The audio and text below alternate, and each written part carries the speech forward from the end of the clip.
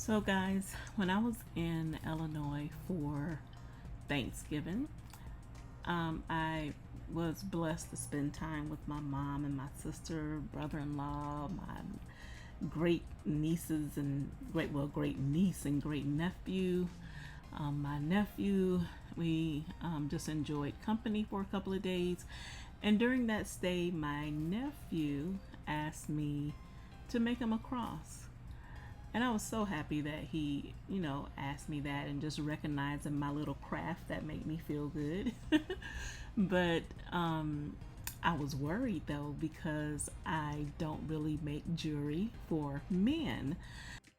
I have made a bracelet before for a man, but this was different. He asked me to make a whole cross.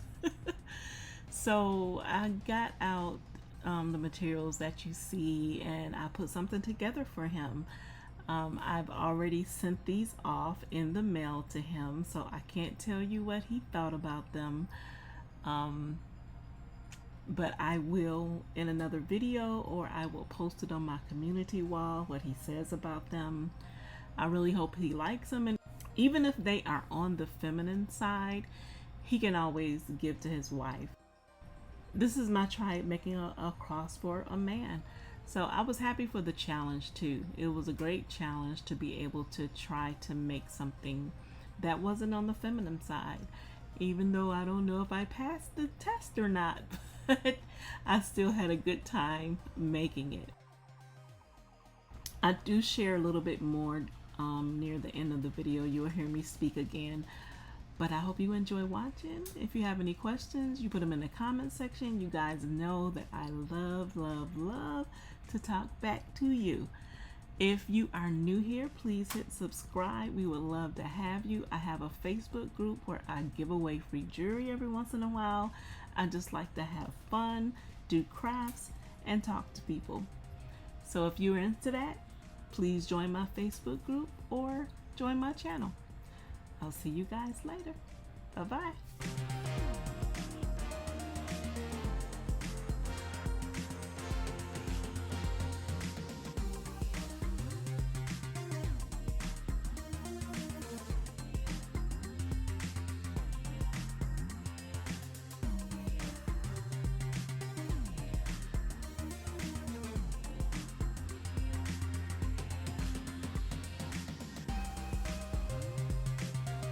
So I was on Clay Boutique's channel the other day and I saw her do this method where she put the clay in a square, then she cut it in half and she added her color to it, and then she cut it in half again and added a little bit like in places. And I thought that that was a genius way to mix your clay and ensure that it's not mixed too much but still get your color like distributed within the clay. So I am copying her a little bit right here. She has a wonderful channel.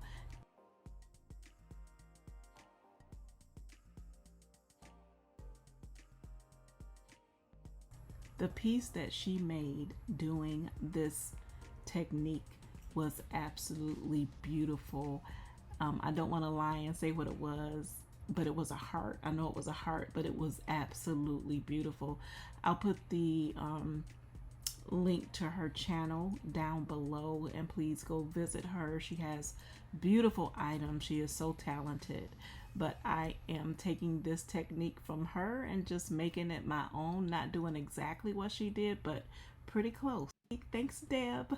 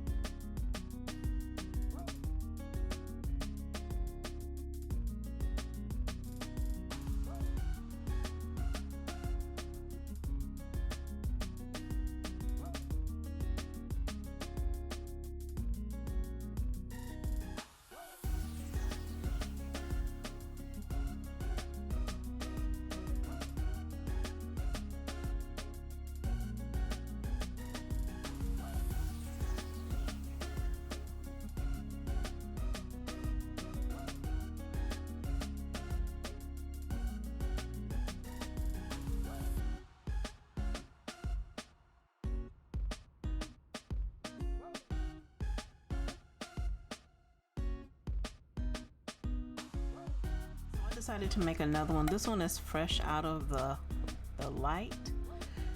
It's beautiful. I'm gonna have to make one for myself. So the only thing that's going on in my head is this is for a man. And I don't know if this is too girly. I'm not used to making men's jewelry. I don't know why I want to get on camera with all this stuff. I just forget to put lotion on my hands after being in all this water. And you know, certain people can't be doing that because you ain't gonna see nothing but ash. It is what it is, as I always say. What I was saying was, before I was so rudely interrupted by the need of some lotion, I don't make men's jewelry. I have made one bracelet for this old school buddy of mine, and he liked it. He didn't say anything, but it was so basic and it was just black beads.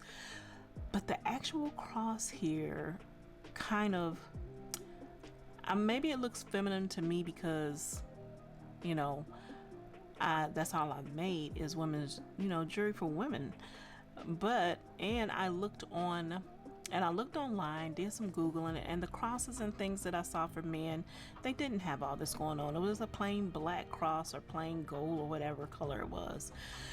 So this one actually isn't any better. It may be even more feminine than that one. I don't know. But I'm going to just complete it. You know, if he doesn't like them, he can always give them to his wife, and I can try again to be more, you know, on the male side so they don't look so feminine the next time. I haven't resined this one. I just finished sanding it. It's really smooth and ready for some resin. I didn't get those edges well, but they'll be okay. And I sanded the back of it too. I haven't did anything to the back of this yet. I think that it's just going to be some Renaissance wax on there, but because the back is actually, you know, it's okay. Once the Renaissance wax shines it up, you know, they'll bring out some of the sparkles and stuff in the back, and it'll look like a good backing. But yeah, so this is it. Again, it is absolutely beautiful to me. I'm thinking about getting some wire and crisscrossing here, and maybe that may man it up. So we'll see. I may do that to both of them. I did take this out. You know, it doesn't matter these days about mixing colors and everything. I wanted to figure out some way to get this onto here, which I thought was really cute, but I can't quite get it through my head how to get this on. I know that I can glue it down, but then you have those two holes that are showing. And I can always probably try to snap those ends off, but then I'm not sure. But I would love to find some way to get this onto this cross after I resin it. It's probably not going to work out, but I thought that would have been a nice addition. Okay, so here they both are, nice and resin. Put a little bit more resin on this one than I did on this one because I was trying to dome it a little bit, and you can see a little bit of that from the side view.